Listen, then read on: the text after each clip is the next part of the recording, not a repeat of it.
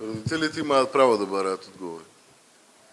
Родителите се тие кои што заедно со сите нас патат, жалат и ги боли се тоа што се случува во Македонија, ама нив не многу. И тие имаат право да бараат одговори, а институциите се должни да даваат одговори. И ќе дадат одговори. Верувам дека јавното обвинителство, кое што во оваа ситуација ги превзема сите оние действија кои што треба да ги превземе, како во делот на работењето на јавното обвинителство основно, така во делот на работењето на јавното обвинителство за организиран криминал, ќе ги даде одговорите на сите прашања кои што се поставуваат од страна на родителите и од страна на целокупната македонска јавност. Но не можам да не спомнам